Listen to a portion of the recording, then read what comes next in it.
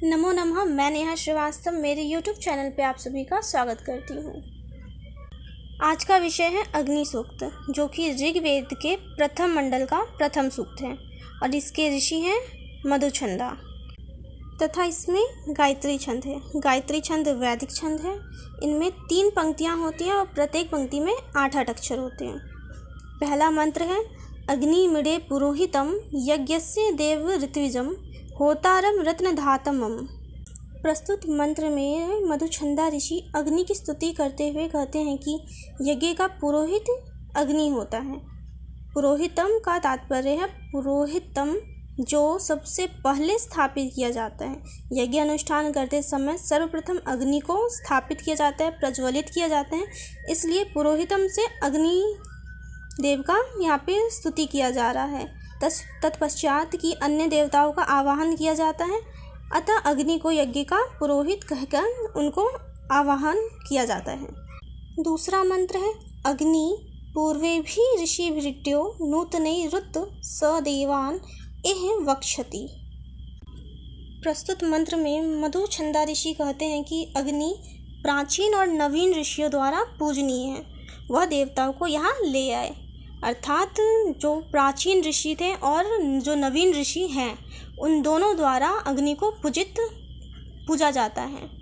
और जब ये यज्ञ अनुष्ठान वगैरह किया जाता है तो अग्निदेव अपने साथ बाकी देवताओं को भी यज्ञ अनुष्ठान में ले आए। इस मंत्र का यह तात्पर्य है।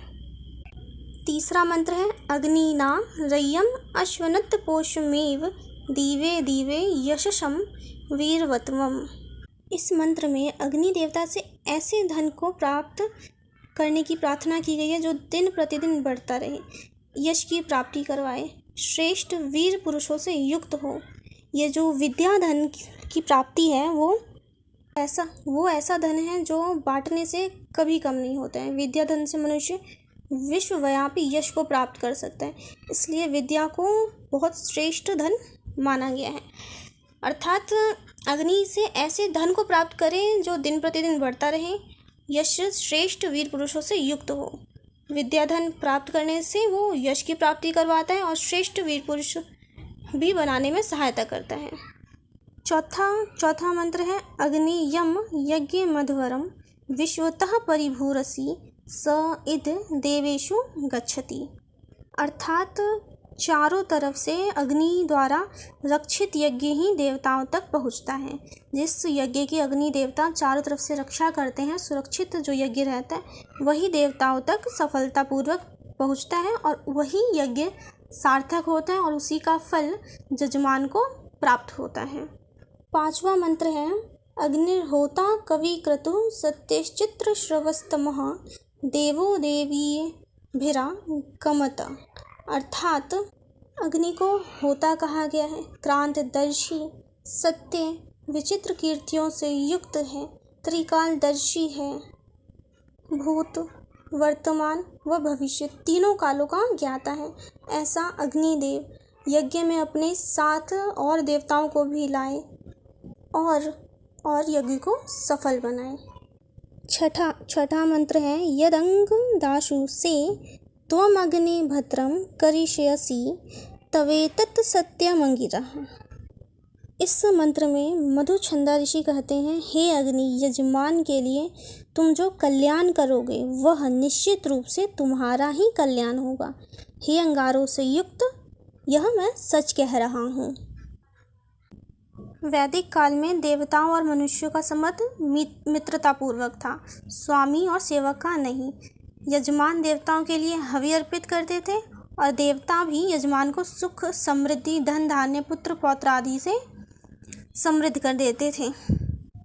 7वां मंत्र है उपत्वा अग्नि दीवे दीवे दोषावस्त धैर्या वयम नमो भरंत एमसि। अर्थात हम यजमान अग्नि देवता की शरण में दिन प्रतिदिन रात दिन एकाग्र बुद्धि से नमस्कार करते हैं।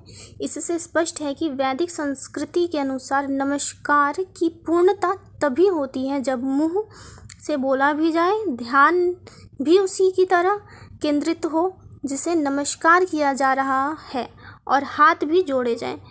परम पिता परमेश्वर अग्नि की शरण में हम यजमान पूर्ण नमस्कार करते हैं।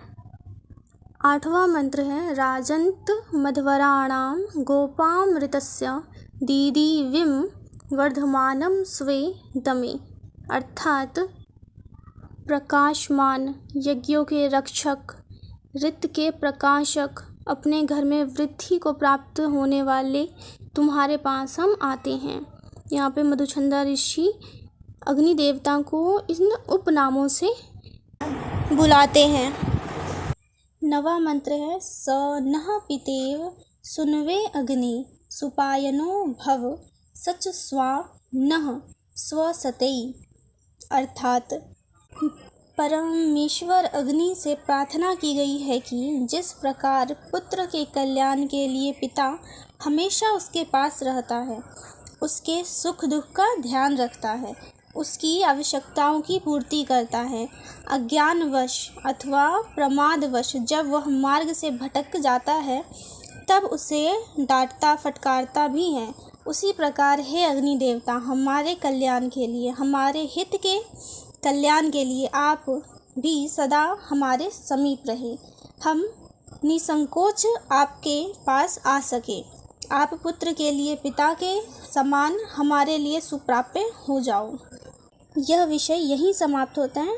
नमो नमः।